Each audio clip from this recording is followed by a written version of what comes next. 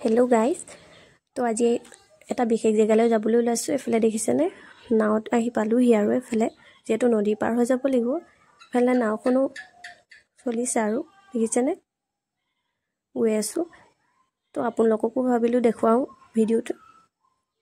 দেখিছেনে ইমান এটা ধুনীয়া পৰিৱেশ, চাৰিওফালে কেৱল পানী পানী আৰু সেউজীয়া।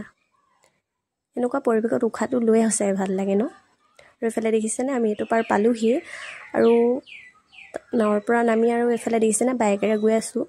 আৰু তাতে অলপমান কটাই মেলি আকৌ সন্ধিয়া হ'ব সময়ত ঘৰলৈ বুলি উভতিছোঁ। এফালে দেখিছেনে বেলি ডুবু ডুবু অৱস্থা।